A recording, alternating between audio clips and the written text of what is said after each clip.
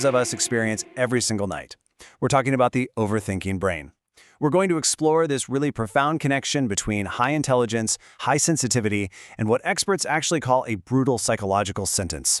If you have ever felt like your own mind is just totally wearing you out, well, you are absolutely in the right place. Let's get started. Does this scenario feel painfully familiar to you? You're lying in bed, your body is completely exhausted, just totally drained of all physical energy. But your brain? Your brain is sprinting at an absolute full sprint. Suddenly, a conversation from like 6 hours ago pops into your head, and you just start replaying it over and over. You're analyzing the tone, the specific words, and then, boom, the self-critique begins. Oh, I definitely should have said this instead. And before you know it, you're running through a dozen practice scenarios for situations that will probably never, ever happen. It is so exhausting. It literally feels exactly like having 50 tabs open on your internet browser all at once, and every single one of them is blasting sound at full volume. And you know, this perfectly illustrates the central paradox we are exploring today. Having a mind without an off switch isn't a sign that you're broken. Actually, it's often proof of incredibly high intelligence. But at the exact same time, it is a completely brutal psychological sentence. The people who overthink tend to be some of the absolute smartest, most highly sensitive people out there, people who are incredible at reading other people's emotions. So the crucial question is this: if this is a gift of intelligence, why on earth does it torture us so completely? Why does a brilliant brain drain itself like this? Well, let's find out. All right, Section 1, the diagnosis. To actually solve a problem, you first have to call it by the right name, and the clinical term for this exhausting experience is maladaptive rumination. It's essentially when your mind gets permanently stuck, endlessly chewing over the exact same thought patterns. Usually, it's about uncertainty or past events that you literally cannot change, or incredibly complex social situations. Now, people might casually tell you, oh, you're just being too sensitive. But research from Yale University and the University of Michigan consistently shows the exact opposite. You don't ruminate because you're emotionally weak. You actually do it because your brain has an exceptionally strong ability for pattern recognition. Moving on to Section 2, a highly intelligent radar system. To really understand the exhausting neuroscience behind this mental trap, I want you to think of your nervous system as functioning exactly like a high-tech military radar. It is always scanning, always processing, always searching for some hidden meaning beneath the surface. From a neuroscience perspective, your logical prefrontal cortex, which is supposed to act like the CEO and hit the brakes on panic, is getting completely overwhelmed by something called the default mode network, or DMN. Because of this endless background chatter from the DMN, your radar system basically just stays online permanently. It literally never gets the all-clear power-down signal. Think of it this way. Your brain is essentially a high-performance Ferrari with a massive V8 engine. You have immense processing power. But here is the brutal reality. Your foot is stuck slamming the gas pedal all the way to the floor, while the car itself is stuck in neutral. The engine is roaring, the wheels are spinning, you're burning through all of your fuel, but you don't move forward a single inch in reality. That intense, paralyzing exhaustion you feel, it comes from the sheer pressure of that engine constantly revving with absolutely nowhere to go. Which brings us to Section 3, reflective versus brooding rumination. So, how do we actually get out of the car?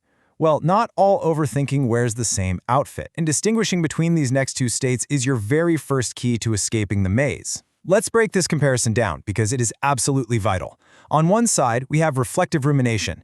This is inward-looking. It helps you process complex emotions and leads to deep self-awareness and really high empathy. When kept in balance, this is an absolute superpower. But on the other side, we have brooding rumination. This is the silent, sleep-stealing killer. It is completely passive. You're just drowning in regret, replaying arguments over and over just to beat yourself up.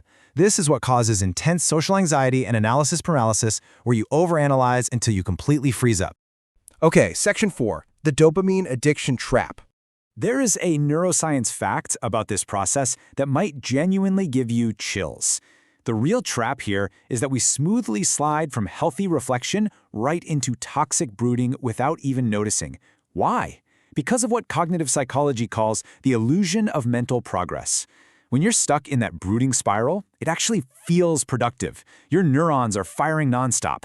It feels exactly like running on a treadmill. You know, you're working hard, you're sweating like crazy, but you aren't actually moving forward a single inch in the real world. And here's the fact that completely shatters that illusion. Your brain releases small amounts of dopamine, that's the feel-good reward chemical during the process of problem solving. But here's the crazy part. It does this even when those problems are completely 100% imagined. Every single time you construct a brilliant comeback in your head for an argument that never even happened, your brain chemically rewards itself. It creates this incredibly sneaky, powerful addiction loop. You literally get addicted to the act of thinking itself just to maintain a false sense of safety. Let's slow down for a second for Section 5, Childhood Adaptations. I want to ground ourselves for a moment and explore the really heartbreaking reality of why an intelligent brain would ever build this exhausting dopamine trap in the first place. Psychology has found that for a massive number of overthinkers, this didn't just randomly start in adulthood. It is deeply rooted in childhood adaptations. Did you grow up in an unpredictable environment? Think about it. If a child learns they can anticipate an adult's sudden anger just by listening to the heavy sound of their footsteps, or if they learn to obsessively spot every single mistake on their homework to avoid harsh criticism, their developing brain creates a very logical survival strategy. Anticipate absolutely everything. Overthinking is not a personality flaw. It's a deeply ingrained survival adaptation developed to keep you safe when you were vulnerable. Your brain doesn't hate you. It's just trying a little too hard to protect you. So, Section 6, Breaking the Psychological Sentence. Knowing all of this, how do we actually fix it? A key concept that top therapists use to break this loop is called cognitive diffusion, which is drawn from acceptance and commitment therapy. Imagine your anxious thoughts are a pair of virtual reality goggles strapped really tightly to your face. When they're on, the disaster playing inside feels entirely real. Cognitive diffusion is the active process of taking those VR goggles off, holding them in your hands, and realizing, oh wait, this is just a video playing. This isn't my actual life. It's the practice of separating yourself from that toxic stream of panic. And here is exactly how you practically do that. You shift your inner language. Instead of fusing with the thought and saying, I am a failure, you take a step back and say, I am having the thought that I am a failure. I know it sounds simple, but that tiny addition of I am having the thought creates absolutely vital mental space. It literally moves the blood flow and neural activity away from your emotional reactive amygdala and brings it right back to your logical prefrontal cortex. You're basically stepping out of the rushing river and safely onto the shore. And finally, Section 7, Updating the Safety Signal.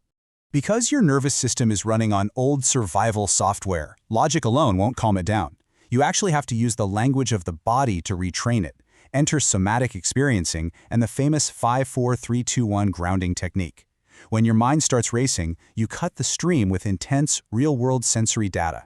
You deliberately name 5 things you can physically see, 4 things you can touch right now, 3 sounds you can hear, 2 things you smell, and 1 thing you can taste. Why does this highly practical checklist work so well? Because your brain's default mode network physically cannot process intense real-world senses and imaginary, hypothetical scenarios at the exact same time. It forces the entire system to pause. I absolutely love this cinematic metaphor from the research. By forcing your brain to focus on physical reality, you gently take your mind by the hand, lead it out of that dark, terrifying movie theater of your own thoughts, and show it the sunlight again. You are sending a clear, undeniable biological message to your nervous system. Look around. There is no predator here. The days of constant danger and unpredictable environments are finally over. You're an adult now, you are safe, and it is okay to rest. We have covered a lot of ground today, pulling apart the incredible machinery of the highly intelligent, highly sensitive brain. So I want to leave you with this provocative question to chew on. After breaking down all these hidden patterns, where do you find yourself most often? Are you using your immense mental processing power for constructive reflection, or are you trapped in negative brooding? Remember, understanding your brain takes away the absolute power those dark thoughts have over you. You are empowered to claim your peace. Thank you so much for joining me for this explainer, and I will see you next time.